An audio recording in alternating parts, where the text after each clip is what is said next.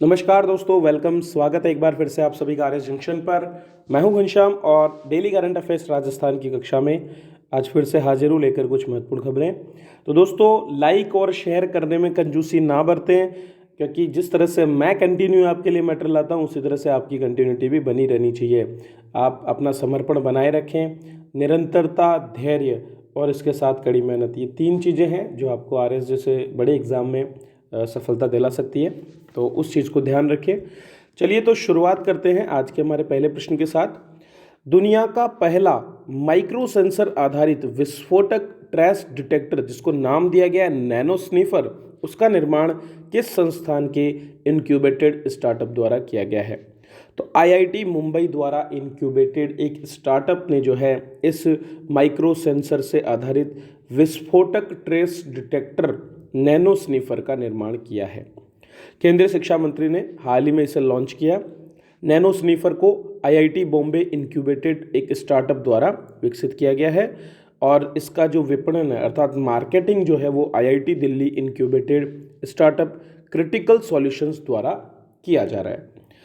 ये जो nano sniffer है, इसकी खासियत ये है कि ये 10 सेकंड से भी कम समय में विस्फोटक का पता लगा सकता है। इसका उपयोग सैन्य, घरेलू और पारंपरिक विस्फोटकों के लगभग बड़ी रेंज को पता करने में किया जा सकता है। यह MEMS सिस्टम का उपयोग करता है जिसका नाम है माइक्रो इलेक्ट्रोमैकेनिकल सिस्टम।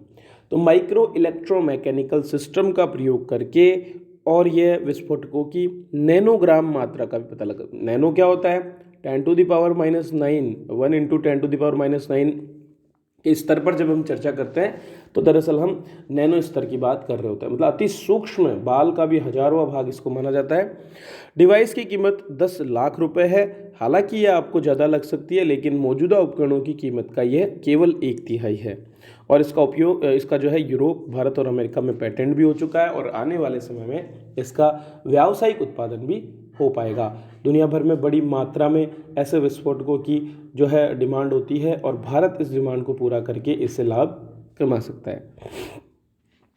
भारतीय छात्रों की टीम द्वारा ह्यूमन रोवर एक्सप्लोरेशन चैलेंज 2021 में प्रदर्शन के लिए किस मिशन हेतु एक रोवर को डिजाइन किया? तो हाल ही में भारतीय छात्रों की उड़ीसा की एक टीम थी जिसने ह्यूमन रोवर एक्सप्लोरेशन चैलेंज 2021 जो कि नासा द्वारा आयोजित किया गया, उसमें जो नासा का आगामी आर्टेमिस मिशन है उस आर्टेमिस मिशन के लिए एक रोवर को डिज़ाइन किया है।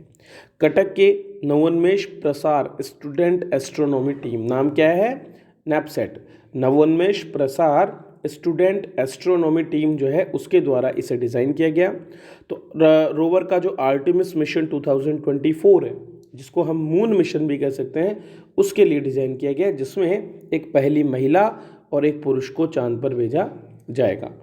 इन छात्रों का बनाया गया ये रोवर मार्स की उबड़ खाबड़ और विभिन्न परिस्थितियों वाले इलाके में भी चल सकता है।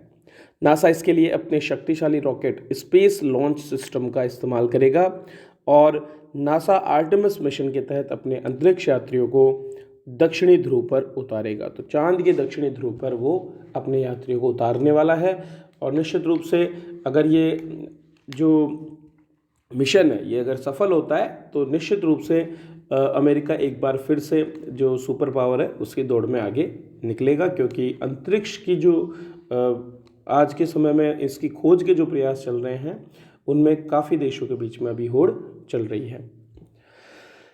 सिनेमा की बात करें तो British academy film awards, BAFTA जिनको कहा जाता है, वे अवार्ड्स हाल ही में घोषित किए गए और नोमैडलैंड फिल्म को बेस्ट फिल्म का अवार्ड इसके अंतर्गत दिया गया है। तो ब्रिटिश एकेडमी फिल्म अवार्ड्स 2021 की घोषणा कर दी गई। हालांकि भारत की द वाइट टाइगर के जो हीरो थे वे भी इस फिल्म में बेस्ट जो है एक्टर के लिए नॉमिनेशंस उनको मिले थे, लेकिन वे ये अवार्ड नहीं जीत पाए। एंथनी को द फादर के लिए सर्वश्रेष्ठ अभिनेता का अवार्ड मिला, वहीं बेस्ट फिल्म का अवार्ड नोमैडलैंड को मिला।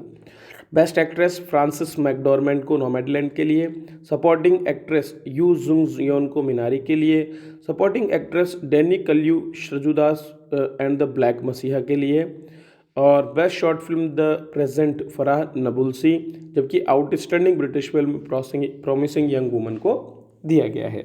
तो ये कुछ अवार्ड्स हैं जो आपको याद होने चाहिए, क्योंकि ऐसे प्रश्न कई बार पूछ लिए जाते हैं।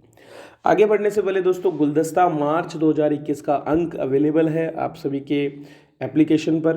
तो दोस्तों कम से कम आप इसे रिव्यू ज़रूर करें और वहाँ पर अपनी प्रतिक्रिया दें, अपने जो कमेंट्स छोड़ें। इसके अलावा हमारी एप्लीकेशन जो है आर एस जंक्शन, उसको भी प्ले स्टोर पर जाकर के आप अपने रिव्यूज़ दे सकते हैं, क्योंकि जिस तरह से मैं आपके लिए अच्छा मैटर लाने की कोशिश करता हूँ, उसी तरह आप लोग चूँकि रेगुलर देखने वाले हैं, तो आपके कमेंट्स काफ़ी मायने रखते हैं और आपके रिव्यूज़ काफ़ी मायने रखते हैं, ताकि जब नए छात्र प्लेटफॉर्म पर आते हैं और देखें तो वे ये सुनिश्चित कर सकें कि जिस मैटर के लिए वे आए हैं वो यहाँ पर उन्हें अवेलेबल हो पाएगा।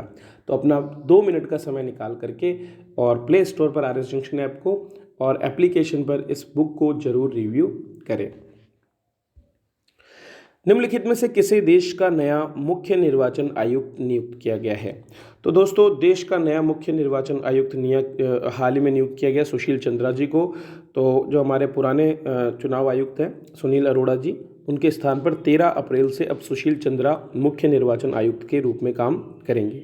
चंद्रा को लोकसभा चुनाव के पहले 14 फरवरी 2019 को निर्वाचन आयुक्त नियुक्त किया गया था और 14 मई 2022 को वे पदमुक्त होंगे। चंद्रा के कार्यकाल में निर्वाचन आयोग द्वारा गोवा, मणिपुर, उत्तराखंड, पंजाब और उत्तर प्रदेश में चुनाव करवाए जाएंगे। तो यहाँ पर अलग अलग समय पर इनका जो तारीखें खत्म हो रही है और ये चुनाव इनके द्वारा कराने की बड़ी जिम्मेदारी इन पर रहेगी। तो याद रखिए, सुनील अरोड़ा के स्थान पर अब सुशील चंद्रा मुख्य निर्वाचन आयुक्त बन चुके हैं। हाल ही में E9 देशों की एक बैठक आयोजित की गई, जिसके अंतर्गत सतत विकास लक्ष्य संख्या 4 की प्राप्ति के लिए देशों ने आपसी सहमति प्रदान की। E9 क्या है? E9 का जो E है ये स्टैंड करता है एजुकेशन को, ठीक है, और 9 दर्शाता है नंबर ऑफ कंट्रीज जो कि इसमें सम्मिलित है। तो E9 में आपके बांग्लादेश, ब्राज़ील, चीन, मिस्र, भारत, इंडोनेशिया, मैक्सिको, नाइजीरिया और पाकिस्तान जैसे देश सम्मिलित हैं। ये बैठक सतत विकास लक्ष्य संख्या 4 जो कि लर्निंग और एजुकेशन, सभी लोगों के लिए समान रूप से एजुकेशन की उपलब्धता की बात करती है, उसकी दिशा में प्रगति में तेजी लाने के लिए डिजिटल लर्निंग को बढ़ावा देने के लिए की गई थी।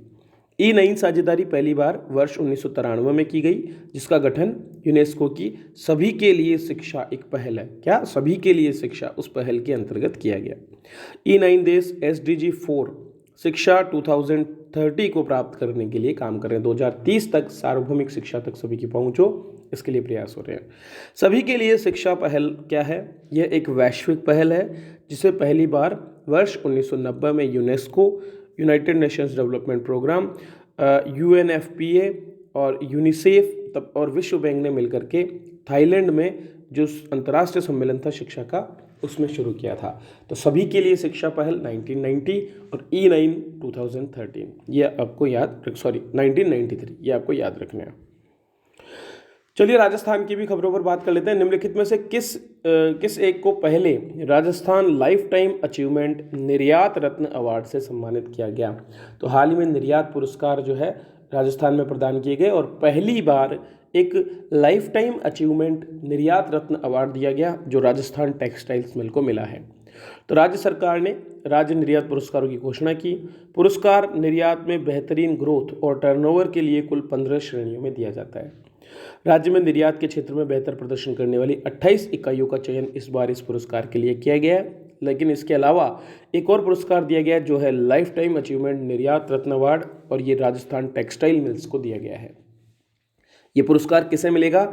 जो 12 वर्षों से लगातार निर्यात कर रही हो, 5 वर्षों में कम से कम 500 लोगों को रोजगार उपलब्ध कराया और पिछले 3 वर्षों में कम से कम 100 करोड़ का निर्यात किया हो, और CSR अर्थात कॉर्पोरेट सोशल रेस्पॉन्सिबिलिटी के अंतर्गत 10 करोड़ रुपए खर्च किए हो।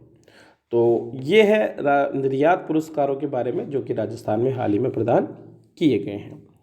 तो दोस्तों यहीं पर हमारे करंट अफेयर्स को मैं विराम देता हूं, लेकिन आप अपने आप को विराम न दें वीडियो को लाइक और शेयर करने से, और इसके अलावा सब्सक्राइब करें हमारे चैनल को, रेगुलर इन नोट्स को पढ़ते रहें। और अगर आपने पिछले माह की करंट कहीं मिस किए हैं तो उनके लिए मार्च की गुलदस्ता करंट अफेयर्स आपके लिए अवेलेबल है आर एस जंक्शन ऐप पर, जो परमानेंट आपके साथ रहेगी आपकी अंतिम तैयारी तक। और इसमें न केवल हिंदी बल्कि अंग्रेजी माध्यम के भी मैंने करंट अफेयर्स कवर किए, तो दोनों ही लैंग्वेज में आप इसे पढ़ सकते हैं और अपनी तैयारी आगे बढ़ा सकते हैं। चलिए इसी के साथ मैं आपसे विदा लेता हूँ। वीडियो देखने के लिए आप सभी का बहुत बहुत धन्यवाद।